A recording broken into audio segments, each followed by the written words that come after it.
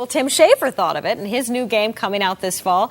Jasmine Crisis just had to go to LucasArts for a sneak peek. They're all Star Wars games created by George Lucas's software company, LucasArts. But if you thought Star Wars was all this company did, well, think again.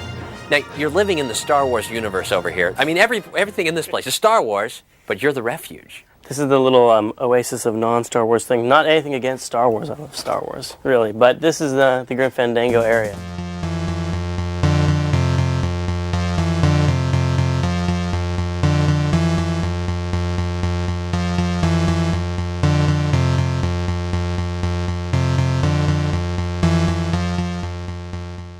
Released by LucasArts in 1998 for Windows PC and remastered by Double Fine Productions in 2015, this game would be the pinnacle of what a point-and-click adventure game could be, winning GameSpot's Game of the Year award over the likes of The Legend of Zelda: Ocarina of Time and Metal Gear Solid, while simultaneously being one of the final nails in the coffin for this genre at the turn of the century.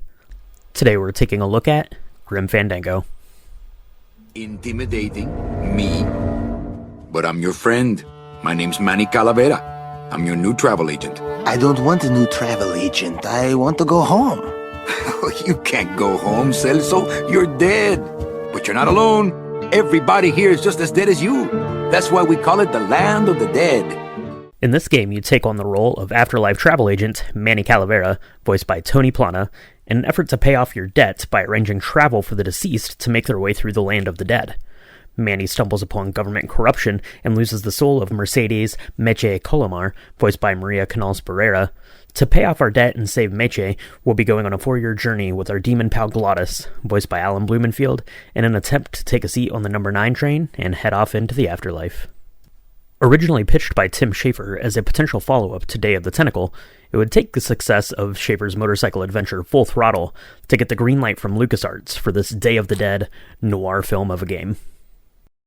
Well, first off, it really appealed to me just to do a game. This is a game that I wanted to do before I had actually pitched Full Throttle. But it was so strange and hard to really understand at first glance that I didn't dare push it through. And after completing Full Throttle, having a little more of a track record and a little more experience, decided to tackle this slightly much more ambitious story project, technically and artistically. It's really been exciting to do a 3D project because you can do so much more cinematically with the camera angles. You can show the ceiling, you can show the top-down views, you can have the characters lit very dark and walk into a light and do a lot of tricks and just have a lot more freedom in how you express the story. Now, production began not long after the release of Full Throttle in 1995, but putting together this game wasn't going to be easy. It would be the first LucasArts adventure since Labyrinth to not use their proprietary Scum engine, and it was also going to be the first LucasArts adventure to have 3D characters and objects on top of a pre-rendered world, which means two things. The budget's going to swell to $3 million, and it also means a new engine, an altered version of the Sith engine created for Dark Forces 2, lovingly referred to as the Grim E engine. So now that we know what it's going to take to put Tim Schafer's next adventure game together, let's take a quick break. I'm going to be joined by Michaela from Drink the Movies, and we're going to put together a cocktail that is worthy of the Day of the Dead, and maybe you'll get served this aboard the number 9 as you're making your way through the afterlife. Let's take a quick break, and we'll be right back. It's the festival of the Day of the Dead. Really more of a living person's holiday, but we play along. All right, everyone, welcome to the Calavera Cafe. Joining me this week here in the cafe is Michaela from Drink the Movies. Michaela, how are you doing today? I'm awesome, Brian. Thanks for having me. Thank you so much for joining me before you board the number 9 train and head off into the afterlife. So, Michaela, today I've been talking about Grim Fandango. That's what we're doing for the cocktail for the week. That's what I'm covering here on Drink the Video Games. Now, a couple of months ago, I sent you a list of all the games I was going to be covering, and Grim Fandango was on there. Had you ever heard of this game before that moment at all? It's okay if you say no. No? No. Okay. The answer is no. The answer is no. Okay, well that's fair. That's fair. So Grim Fandango is widely heralded as one of the greatest video games of all time, but did not sell particularly well. So I'm not surprised necessarily that you haven't heard of it. This came out in 1998. You know, we were pushing, getting ready for like our senior year of high school when this came out. You had things on your mind other than playing video games for sure, for sure. But I think Grim Fandango is something that you would really like, Michaela. It's a really good story. The voice acting is amazing. It's basically like this noir film set in the land of the dead. It has one of the best video game scores of all time. And they did a table read of the script, and Jack Black was part of it. Okay, I'm in. Is this can I still play this on Steam? Is that where I can go to have all my video game dream come true? You can play it on Steam. You can play it on so your excited. PlayStation 5. That's how I'm going to be playing it on the Drink the Video Games YouTube channel. But yeah, I think this is a story that you would like a lot. And I know for sure that you like the cocktail that we had for this week. So in the game, Michaela, there's a particular puzzle that you have to actually do some drinking yourself, right? You're Manny. You're running the Calavera Cafe. It's based almost exclusively off of the cafe in Casablanca. Their even white tuxedo there for your skeleton guy. Nice. Manny. So he does that. And part of this puzzle is you have to drink some Mario del Oro, which is basically Goldschlager, to solve this thing. So you set off a metal detector, right? Because you're a skeleton. So that's pretty cool. So if you want to, if you're a high roller, only the top paying customers get that. Mario de Oro. A very fine liqueur filled with solid gold flakes. Nothing but the best for my customers. My rich customers. Yes, I better take this with me for safekeeping. So we're not going to be having that today, but what we are going to be having for our Day of the Dead celebration is the Pineapple Mezcal Sour. Michaela, this is a beautiful drink. Why don't you tell everyone about it? It is a beautiful drink. It's obviously got all the things that a sour should have. First of which is an egg white, because real sours have egg whites. You're going to separate that egg from the yolk, put the yolk away, and you're going to put your egg white into your shaker tin. You're going to add 1.5 ounces of your favorite mezcal.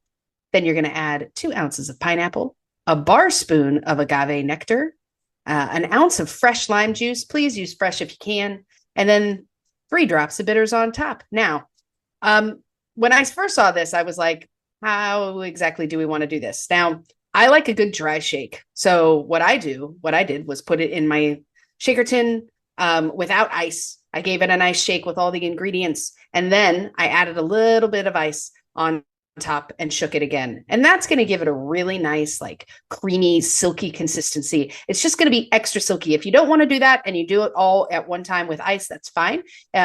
This just gives it a little bit of extra umptiousness, which is lovely with the pineapple and the mezcal. Then you're going to put it in a chilled glass. And you're going to drink it. It's going to be amazing. You found this drink when we were looking at stuff, and I immediately was like, I'm going to drop everything. I think I was in the middle of a Walmart, and I was like, I'm going to stop. I need to go buy some mezcal right now. I need to put this in my belly because it looks amazing. It's beautiful. It tastes really great. The bitters, you can do Angostura bitters if you wanted to do something like a little bit more earthy, you could do that. But it doesn't really matter because it's going to be delicious, I promise. Absolutely. Yeah. I found this recipe. I was looking up just some Day of the Dead cocktails, and there's a bunch of like margaritas, obviously, and stuff like that. But this one looked a little bit fancier. So in the game, Michaela, you start out year one, you're in the town of El Morro. That's where you hail from, and they're having a Day of the Dead celebration outside. So like the streets all blocked off. So I was like, what can we do for the Day of the Dead, but also is fancy enough for that bright, shiny number 9 train? And I think this one does the trick. So go ahead and mix one of those up. Michaela, thank you so much for joining me here on this episode of Drink the Video Games. Go check out Grim Fandango, or you can watch me play it if you don't feel up to playing it, because it's going to be a good time, and I think that you would really like it. So with that, let's take a quick break, and we'll be right back to get this game put together.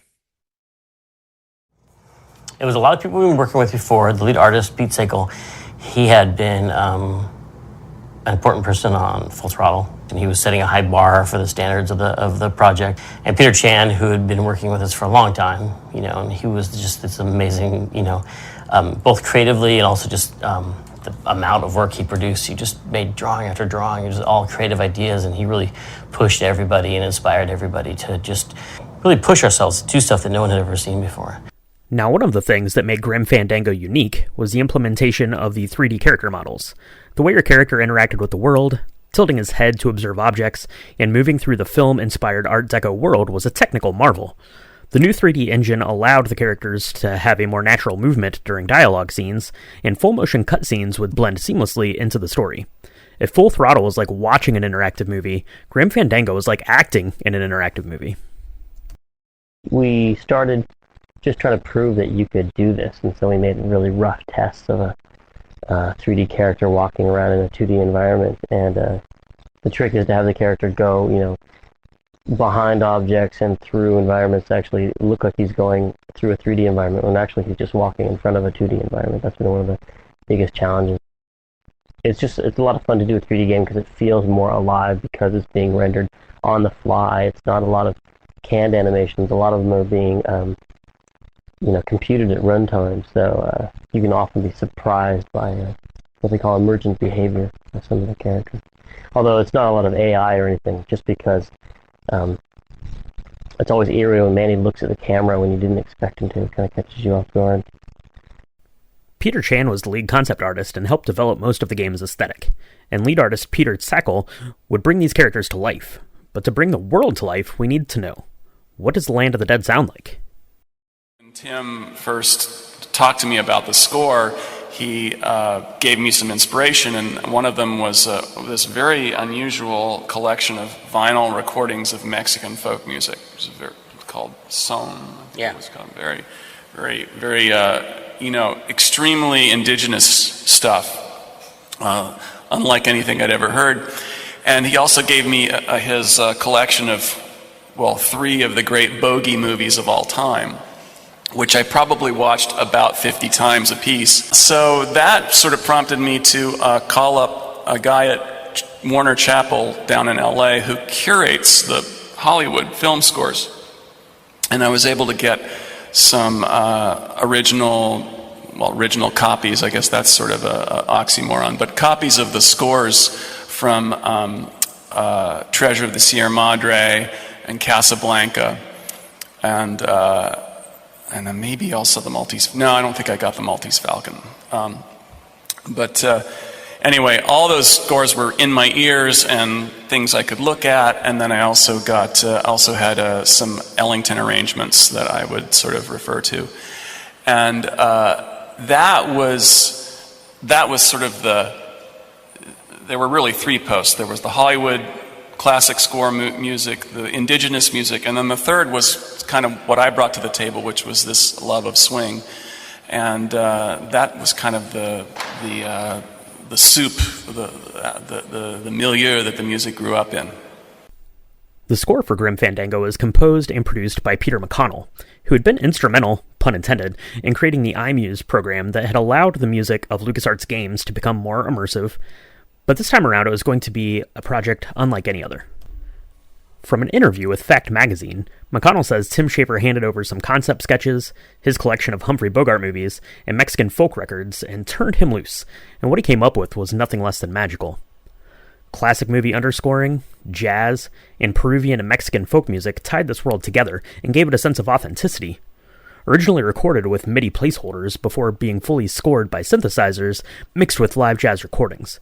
The soundtrack to this game is great, but don't take my word for it. PC Gamer names it the best PC soundtrack of 1998, and as recently as 2020, PC Magazine includes it in their list of 20 best video game scores of all time. So with our characters based off the Cloaca figures used for Mexican Day of the Dead celebrations, the world designed based off of 1930s Art Deco, storylines ripped straight from the cinema worlds of Casablanca, The Maltese Falcon, and Double Indemnity, and the score ranging from Mexican street performances to swing bands, we were ready to head to El Morro and begin our adventure. Almost. Like the Hollywood film noirs of the 50s, Grim Fandango is full of corrupt cops, double-crossing dames, and lots of cigarettes. Though this is a serious health risk, don't worry, every single character in this game's already dead. This stylish and original adventure is set in an Aztec underworld where you take the role of a suave, debonair travel agent named Manny Calavera, Buenos dias. who uncovers a web of crime and corruption throughout his epic 4-year journey. As the twisting plot unravels, you encounter many viciously difficult puzzles. These require plenty of lateral thinking and are hugely rewarding to solve. The humour is subtle, and despite the cute caricatures, the game is clearly aimed at a mature audience.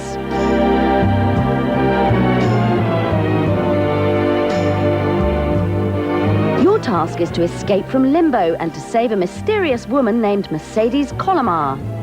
Manuel, are you in love with her? Love?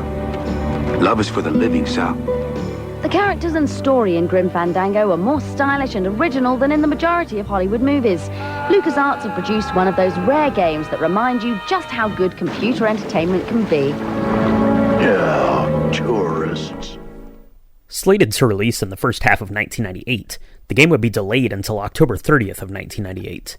And even with the delay, characters and puzzles ended up being cut out of the game, with Schafer later saying that they would have likely needed another year or two to fully realize the game as intended. And yeah, we got to do whatever we wanted. And I think the management of LucasArts thought it was coming along really. They really liked it, and they really thought it was, being done really well, and they were proud of it. At the time, it wasn't perceived as doing, selling very well, although it met its internal numbers. It made a profit because I got a royalty check for it, so it did make a profit. But I think in the industry, I remember it was used as evidence of why no one should make adventure games anymore. But it won a lot of awards. I won Game of the Year from GameSpot. That was awesome. But even incomplete, the game's out in the world, and the critics all say it's great. A Metacritic score of 94 out of 100, numerous Game of the Year awards, and constant appearances on Best of lists. But were people buying it? It debuted at number 6 on its release week in PC game sales, with sales remaining steady but sluggish. Schafer went on to say that it eventually hit about 500,000 copies sold by 2012, or about half of Full Throttle sales. LucasArts stated that it met or exceeded their sales expectations, so it wasn't a commercial failure, but by no means a commercial success, and with Grim Fandango failing to reignite the point-and-click adventure flame, the time had come to turn the page. Now, the game was getting harder to come by, and even if you could find a copy, you'd be hard-pressed to get it working on a modern PC. But luckily for us, we were going to get to take another spin around the land of the dead, because we were getting a remastered version of Grim Fandango. We have some great news for you and the fans. After 15 years, Double Fine, in tandem with our third-party production team, will be remastering your classic adventure game, Grim Fandango.